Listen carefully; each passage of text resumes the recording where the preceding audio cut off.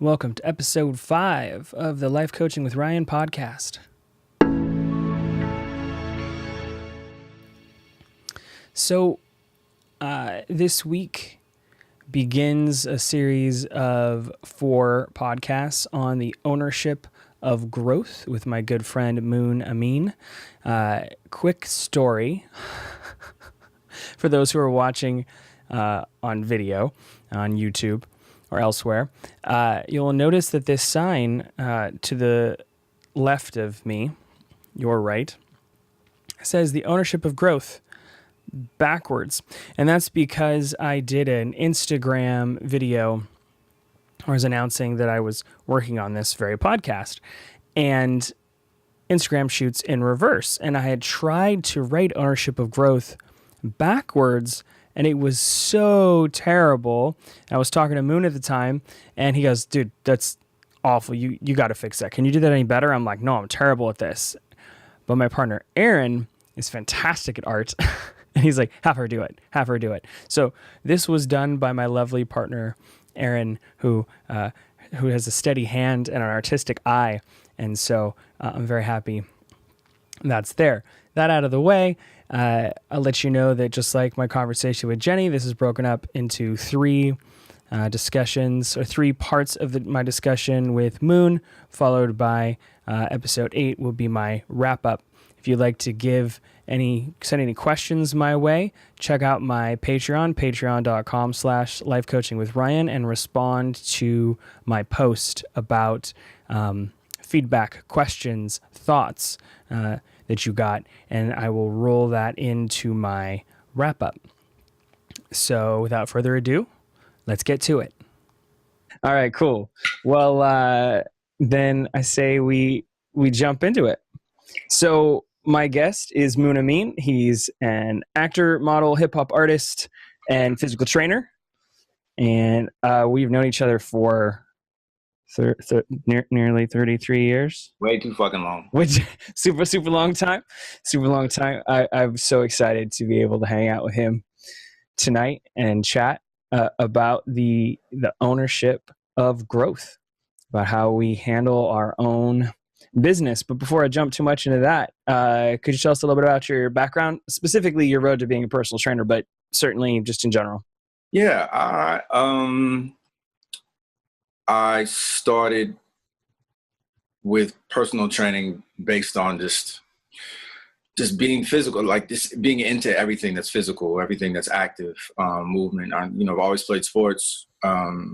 After I tore my ACL in high school, so I couldn't play basketball.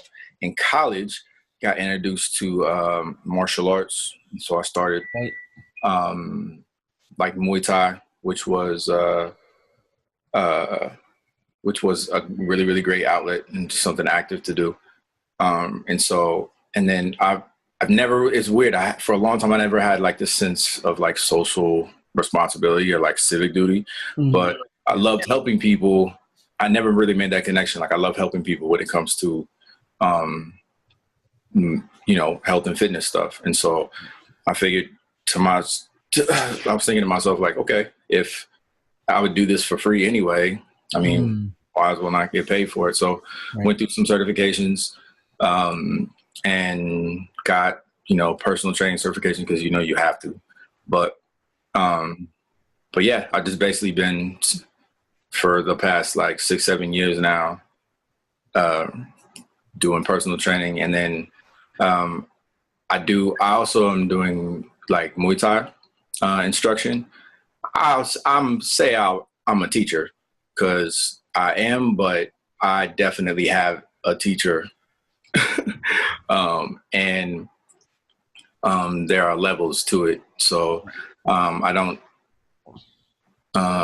teach people, or I don't get people ready to compete. Actually, it's a lot more just of like the physical, like the fitness aspect of it, understanding, some of the staple ideas about martial arts and, the principles and things, and just a lot of the basics, because people you see a lot of people on social media throwing punches and it just looks terrible just because they don't know what they're doing. But, Right. so yeah, so there's that. So basically, that's basically my day gig. That and doing when I'm not trying to get a gig, being a stuntman, or Right. running to an audition. I'm training somebody or working on some type of a plan for somebody to help them with something. So, Yeah. or some music every once in a while that happens, Yeah. but that's a whole Yeah. nother story. Anyway. Yes. Yeah. Yeah. We could, I mean, really, of course, any conversation like this could be hours and hours long between the two of us, Right. especially if we start talking about music and everything else. But just for the sake of, for this focus, physical training, I think, well, I mean, your life as an artist, performing artist is valuable too. When we talk about hustle and mindset and everything else, it's all the same. Right. But I just thought it'd be valuable to at least hit on that perspective. So topic today, as I said, ownership of growth, which for the sake of this conversation, I'm breaking into the elements of taking responsibility, busting through excuses, and maintaining momentum. So I thought a good place to start would be defining responsibility. So like, how would you personally define responsibility? I mean, in a broader sense, we talking, or just? Sure. I mean, we're just starting out here. We can narrow in, but how do you think of responsibility? Just wow. I mean, I think there's a ton of different ways I would look at it, but I think specifically, I would say, what are the words I would use specifically? Just taking ownership, I would say, over one's comeuppance or one's progression or whatever you would like to, however you would like to coin that or call that. Understanding that there's it's as corny as that sounds, the it starts here type of mentality. Where it's, like personal responsibility is the first thing that comes to mind, and the first thing I think of when I'm talking about that. So I think the same way. For me, I had a blog. The blog post is still out there if someone ever cared to look, and I can always put in a description. But I was talking to I used to be a teacher, a full-time teacher. I was talking to my students about responsibility and how to kind of quantify responsibility. And right. After they gave me their own versions, which mostly came down to ownership. Yeah. I mean, really, that's what most of it came down to. I said, responsibility is challenging because we can have responsibility assigned to us. There could be expectations on us, but for the sake of self-empowerment, understanding what I can do and the role I can take on, we're talking about self, like the responsibility of self, how you choose to engage with something. So I kind of twisted it and called it respondability, i.e. I have the capacity and have chosen to respond to the situation. Right. I'm putting myself in a place to respond to the situation. It's not because there are things that you just don't have the power in the situation to respond to. How can you be responsible for that? Okay. It was kind of my perspective. I could take responsibility for my reactions to things, but I can't take responsibility for someone else's responses to things. Hence, responsibility, my ability to respond to the situation. So for me, and again, in this context, it's really about commitment, like personal responsibility or self-assigned responsibility. I was referred to as commitment. Right. Okay. Yeah. Okay. So, like, for example, I've been dying to get your take on this.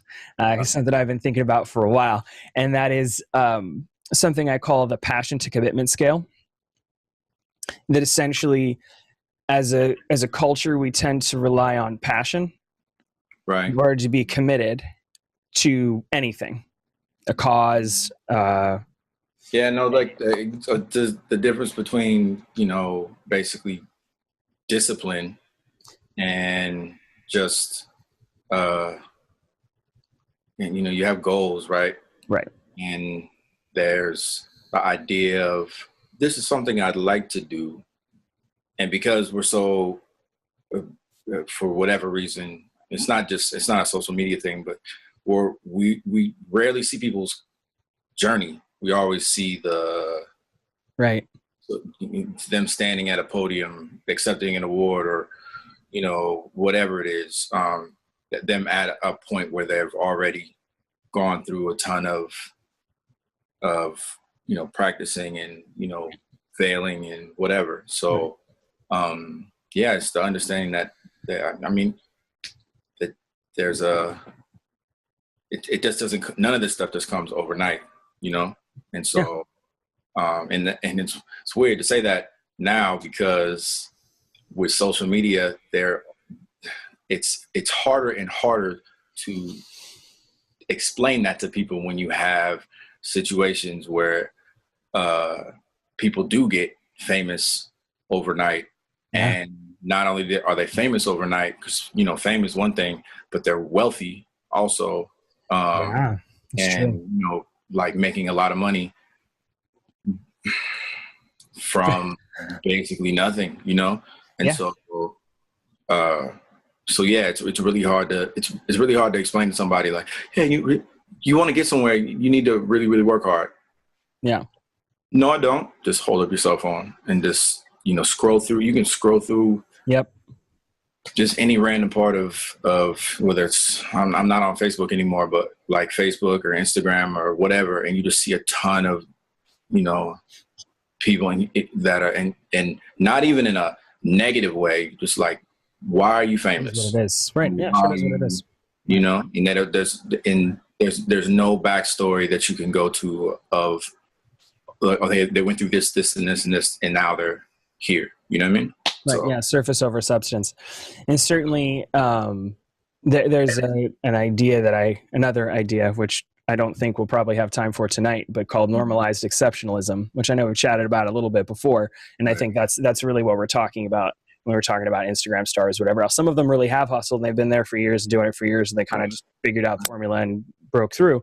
Other people, it really is just overnight and they really hadn't put in much work, which you can usually tell by attitudes yeah, when and that's the unfortunately, case. that stuff is really, really loud. Like Yeah.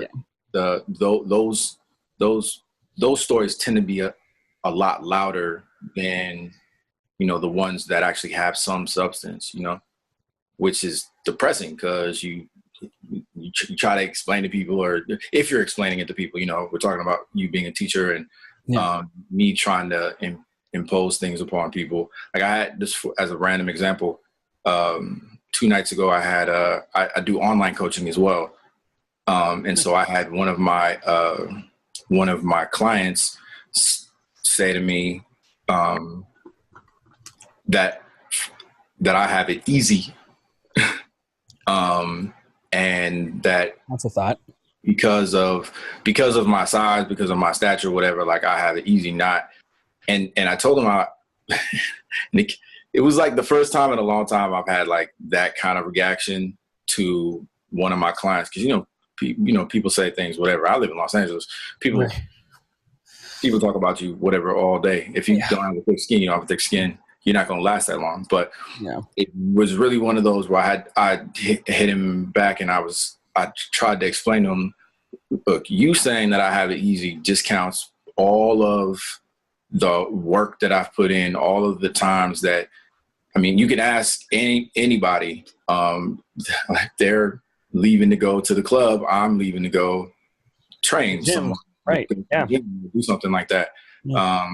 I'm the one that's, I mean, you can come to my apartment and you see I have an entire section just of the apartment just dedicated to, health and fitness stuff. So for you to be like, oh yeah, no, for you it's easy. It's like, no, I mean, no. I've just been at it for a long time. Yeah, and I have more tools than you do, because but they're not. It has nothing to do with my level of intelligence versus yours. Right. I've just focused in that arena longer, and so yeah. So anyway.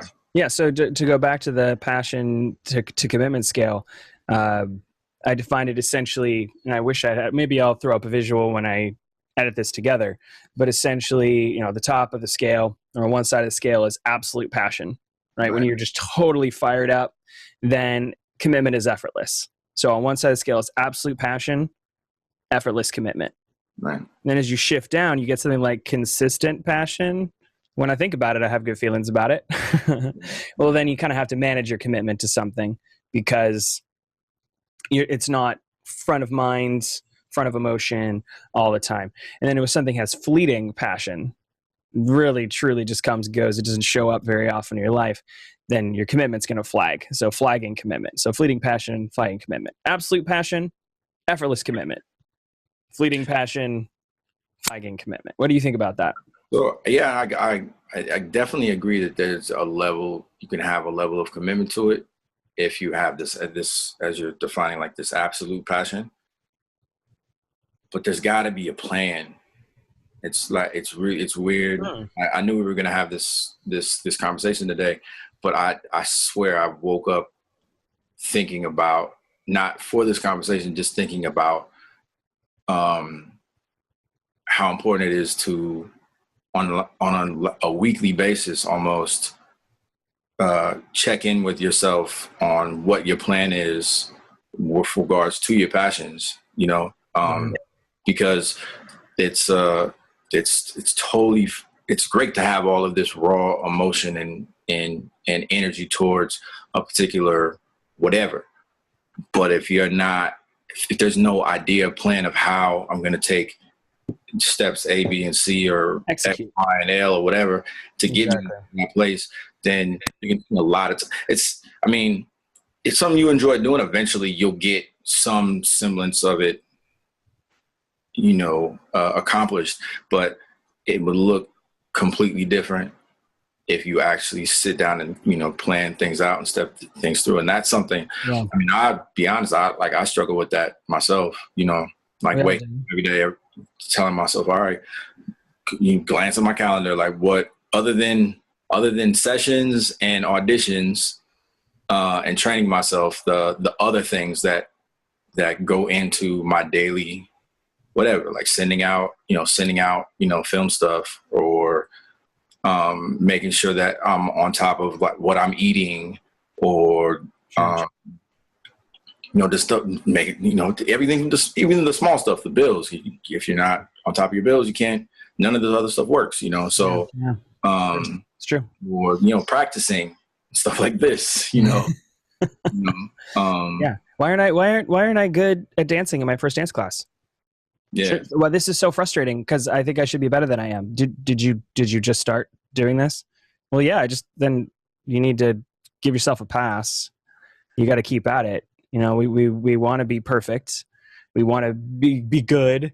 We want to look good. We want to feel good. But the truth of it is, it takes consistent effort yeah, to get to a point where it is natural, to yeah, where you are comfortable, you are confident, you develop mastery. This takes time. So again, when your example is, well, that person plays guitar beautifully and I want to be like them, it's like, well, great. Are you ready to put in 10,000 hours yeah, to yeah. make that happen? And it's and You know? it's you. I with my clients, I hesitate to say, and just with people in general, I hesitate to say, I give them numbers as far as like you need to put in X amount of time in order to get such and such, because it's, even to me, Mm. those numbers sound super super daunting. Like it's Yeah. crazy big, like 10,000 hours. You got to break that. Okay, that's X amount of hours a year. If I spend how many times a day, that it's just becomes this whole, and then you're discouraged even before you start. You Right. know, and so I mean, when I'm speaking, I just tell people, look, before you know it, if you stay at it and then you continue continue to be consistent. Right. Yeah. Sorry, Yeah. Yeah. um, Absolutely. and then you'll see results. Mhm. There's Yeah. not there. I don't really believe in perfection, because that's all. That's perspective. Right. And yeah, if just focusing on, okay, I have this goal that wants me to get to here, and so I have to start to get to here, and then Right. the next I'm not focusing on this step over here, or I'm not focusing on this step over here. I'm just focusing on this step. All right, this is done. Now I can move to this. Now I can move to that. As opposed to thinking to myself like, okay, I have 10,000 hours I have to somehow, some way ingest into. And bite size, make it bite size. Yeah. So.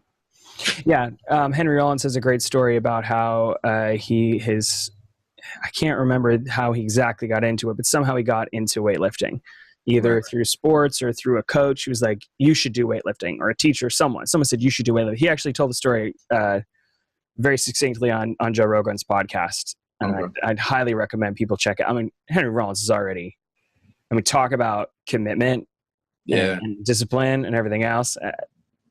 Next level. But his teacher, his weightlifting coach, told him, you are not allowed to look at yourself in a mirror for X number of months. Can't even remember how many months he told him, because you're not allowed to look at yourself until I tell you to, basically. Yeah. So he's lifting weights, just doing his thing. And then X number of months later, he's like, okay, now you can look yourself in a mirror. And he had completely transformed. Right. But that is such a powerful experience to have. But most of us don't have that, because most of us are living our lives every day. So the change is so subtle that unless we take that picture and look at it, and then take a before and after, you basically take a picture of yourself 6 months ago, whether it's a mental snapshot of your emotional state or your practice or your physical body, whatever it happens to be. If you're not doing that, how you take stock of those small steps, I just think that's going to feel very different. It can get super frustrating. Yeah. But it's just, there's this, I'm not going to go into like a ton of different, like fitness, jargon about, why people see results when they see them or whatever, but it can be totally frustrating if you're consistently looking at yourself every single day. And it's like, why doesn't, and then on top of that, then you go on social media, or you go wherever, and that's the only thing you see. I mean, I remember that when I first started, you talking about the whole thing about weightlifting. When I first started martial arts, Muay Thai, my trainer I didn't hit anything for a couple of months. I didn't kick anything. I didn't put on any gloves for a while. And I'm thinking, when I walk in the first day, I was like, all right, we're going to walk in here. We're going to, hit stuff and throw stuff around and, learn. No, I didn't. And then now I can see why now, because initially it was super frustrating. I was like, why, what, the whole, Mr. Miyagi sand the floor type stuff. I was like, well, I'm not with this. But I mean, looking back, I totally get it. And now those are things that I impress upon people, who are trying to jump into the deep end of stuff, like. Right. If you just stick with it, whatever it is, if you stick with it, then trust me, it's gonna change. And you can't say to somebody that you're gonna attain, this guy's level of fame or this lady's level of whatever, because A, that's not your path, and B, that, that whole thing about, entitlement, which I'm not even going to have to get into, but like nobody said, and it's not in a depressing way, but like nobody said you were supposed to make it, like the idea is that you go through this whole process trying to make sure that you don't have any regrets on the opportunities that you should have taken advantage of, and the gifts that you have, and not looking back and saying to yourself, and I had that and I didn't take advantage of it when I had it, and now I don't have it, and now I'm, Well, that makes me think a lot. I mean, a couple of things you said make me think about goal setting. Like when I do goal setting with clients, is people have a tendency to want the ideal now. Yeah. Right. So they don't have the concept of it takes time to get to the ideal. So there's a lack of self-compassion. There's a tendency to burn out. There's a mindset of pass or fail. Yeah. Either I hit my ideal or I didn't. If I didn't hit my ideal, then I failed. And so I talk to people a lot about scaling their goals, because really, as we know about learning or any habit in general, small steps consistently Right. create more lasting, sustainable, long-term, choose your term, choose your phrasing, results than large quick bursts. If you're just trying to complete a project, yeah, okay, fine. If you can knock it out in 10 hours and do it all straight, and that's how you prefer to do it instead of spacing it out over 5 days and doing it 2 hours at a time, fine, that's one thing. But that's not long-term sustainable growth. That's accomplishing this one task, right? If you want to do a project a week, okay, and that's how you're going to learn and develop your skill, fine. But then again, it's scaling, yeah? So I want to work out because I want to get healthy. Well, people don't say that. They say, I want to work out 10 times a week. I'm going to do 2-a-days for 5 days. Okay, how much experience do you have working out? 0. Okay, so you heard about 2-a-days because you watch MMA? Yeah, okay, that's great. Yeah. Do you have time in your schedule? No. Okay, that's a number one. Okay, that's not going to work. Okay, Even worse than that, it's I'm gonna work out and I'm gonna have muscles tomorrow. Right. No, you're not. Or the girl's like, I'm gonna do squats today and I'm gonna have an ass tomorrow. Right. And it's one of those things that I do the consultations with people even when I was before fitness training, because for a while I worked for a record label and I was running the internship program. And so I'm mentoring these kids. And even with them, I'm telling them, like, look, understand that there's a place that you want to go. You're going to get frustrated along the way. It's great that you walk into this office or you walk into the gym with all of this passion and all of this energy, but life is one of these, right? So there's going to be days where you don't want to show up to work. You don't want to, you don't want to come to the gym. Oh, I'm in pain, or, whatever reason you pick whatever fucking reason you want to pick. Yeah. That you don't want to do whatever it is that you're working on. Right. And it's weird that 9 times out of 10, for myself specifically, those are the days that I find myself improving the most when I push myself to go show up. When I show up on those days. Yeah. And trying to explain that to people that is something that's going to ebb and flow, and it's not always going to be up, and sometimes you're going to be down. But even if you're down, you can recognize that, okay, this is how I respond when I'm down. So, it's still going to be a positive, net positive, because you're even when you're quote unquote losing, you're still winning, because you're taking, if you sit back and you look at, like, all right, well, I know not to do that shit again, or I make sure that, I never do that, or whatever. Like, right. all of those types of experiences, just in general. Yeah.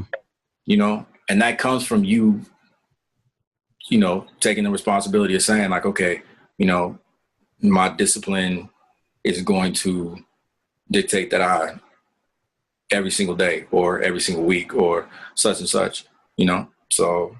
Well, yeah, I've heard from a handful of people, you win or you learn.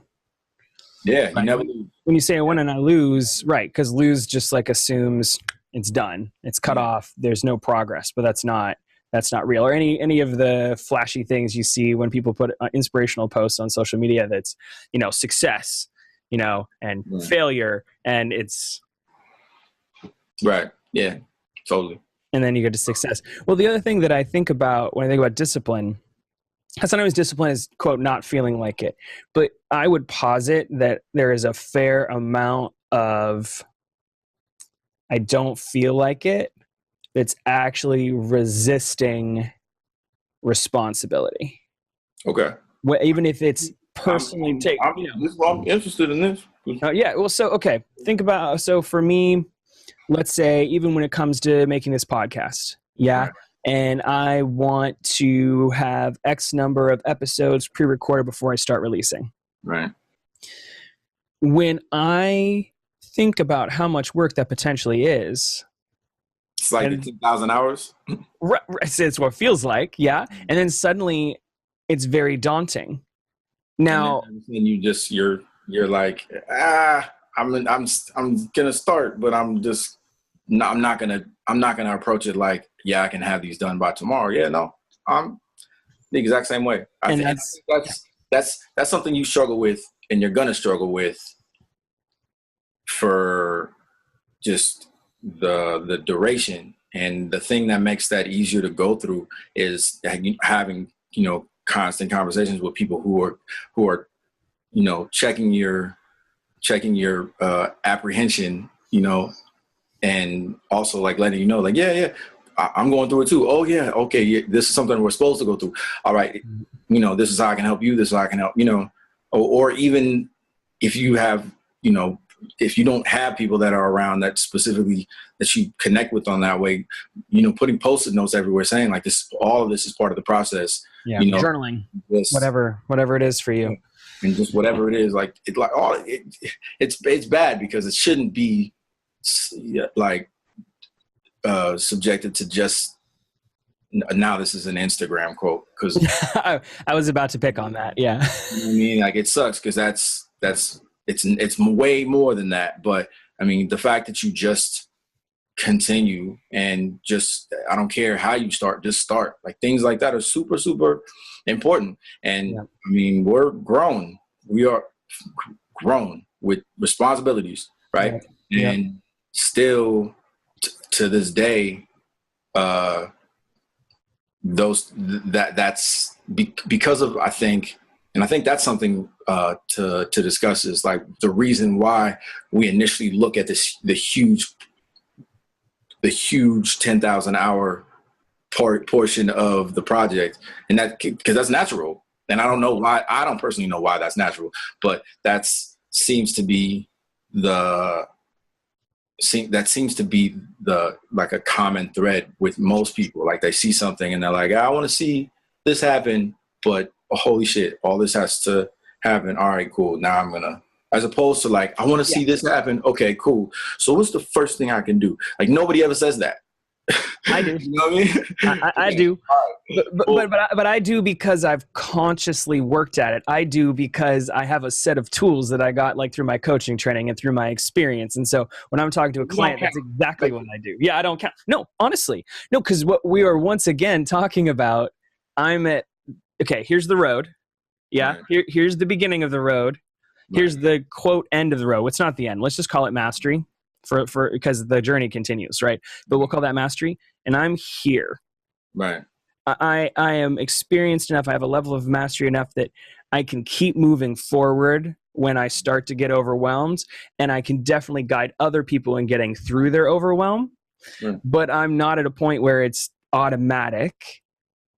So people can't compare themselves to me in that regard, because this is the exact conversation we're having, right? This is the scale. Right. Don't compare yourself to this side of the scale. You have to look at it from over here, yeah? So that overwhelm is what leads to, in my mind, resistance, yeah? Because now I feel overwhelmed. It's too much. The 10,000 hour goal is great, but exactly as you said, because I call it time compression, at least for me. I want to be where I want to be now. Yeah. Now, I want it now. It's not... I don't want to wait. Yeah. I don't want to wait. It gets worse. It gets worse with, I hate consistently going back to social media, but just the fact that everything is so. It's your world. So, I mean. Everything is so immediate. And I'm not, I have no issues with social media. It has as many positives as it has negatives, right? Yeah. But you're so conditioned to see the end of the 10,000 hours in a picture or in a whatever, even in a podcast where it's, people have done, like with this, like we can use this as a microcosm. Yeah. We're talking now, but we've been talking for 3 hours. Fucking couple hours about just how to make, so, okay, is the lighting right? All right. Is the, And the lighting's changing, and I'm watching the lighting change and going, well, that it's undoing everything I did 3 hours ago. the shit was bright back here. Yep. Thought it, Yep. So, Yep. I mean, same thing. Like that's getting washed out. It's like, whatever. It is what it is. Yeah. And I'm sure the next time we have one of these, it's going to look different than this one. And, hopefully I'll have a beautiful background or something. Well, it'll be improved in some way. Yep. So just like I said, it's difficult to tell people like not to focus on all these things that consistently are like basically beating you in the head, unless you're telling them like only go on social media once a week, which is, if I had kids, that's what I would totally do. Like I would just say not at all. Well, I mean, for kids, that's a separate conversation that we could talk about for hours, right? There's a level you have to. I mean, there's a lot of information I feel that I've gained from being connected to social media, but it's really hard because now like the bottleneck is officially busted, right? So where you used to have to go to, whatever. ABC, not ABC the news station, but ABC different news stations, XYZ, whatever. XYZ like channels to get your news. And if you didn't go there, then you could go you had to go to the paper, and the paper came out once, a day, as opposed to getting updates every 30 seconds. Every 30 seconds, It's ridiculous. It's just, it's so overwhelming now that people are just people are used to being overwhelmed. Like that is the norm, is to get 1,000, points of information a day, or however many, tons of information a day. And then, so you don't really even process most of it. It just becomes this kind of like, whatever, like it's not, this is going to sound kind of narcissistic, but when Robin Williams died, I saw it as like an Instagram post, and I mean, not for nothing, you could say whatever you want about, I don't like him or such and such. He had an amazing career, as an actor, entertainer, and I want to say within a month, like first 2 or 3 days, there was, R.I.P. Robin Williams and such and such and such and such, whatever. And then within a month, nobody was talking about it. Yeah. At all. And I thought to myself, I was like, shit, like this is a guy I look up to. Like when I go, how many days do I got for people to even remember like that I existed? You know what I mean? It's like whatever it is, and not even, like I said, not even on some narcissistic. No, it's just it's the context. I totally understand. Just how fleeting everything is. It just takes already fleeting nature of life. Then you're like, I'm not even going to be remembered after. Yeah. It's one of those where if you focus on that side, like you'll just be like, why am I even here? Like, what's the point of even being here? Sure. And with this constant steady stream of information, it's really hard, which is part of, I think, when you're speaking about just the ownership of things, it's really hard because of the fact that you're just hit with so much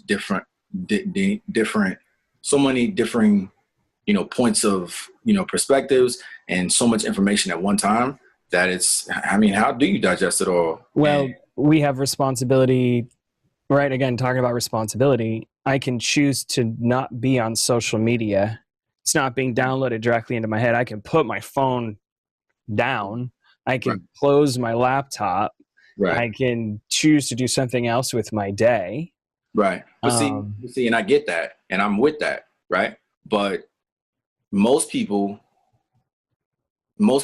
don't even, when they're coming to you and they have issues about like, help me with life coaching or whatever it is, like whatever the thing is, they don't even know that social media is, affecting you this way, or not even social media, just the literal vomited amounts of information Yeah. that you're dealing with every day is what's affecting you. So to be able, yeah, it's great for you to be able to say like, yeah, you can turn off your laptop, you can, but that's for, I feel like that's for somebody, if we're talking about your scope is here, that's somebody that's not even at the beginning, because I mean, even with, just going back to the training examples where, I walk somebody into the gym and there's weights over here, and then there's, medicine balls and things here, but then there's also heavy bags. And the first thing people do when I'm teaching like Muay Thai stuff, the first thing they do is they walk over to the bags. Yeah. Yeah. And it's not out of anything other than ignorance. Okay, well, this is what it is. And right. Like, you go punch stuff, not knowing like, before you do any of that stuff, like this and this and this needs to happen, or whatever the case is, right, so you because safe when you hit the bags, etc. It's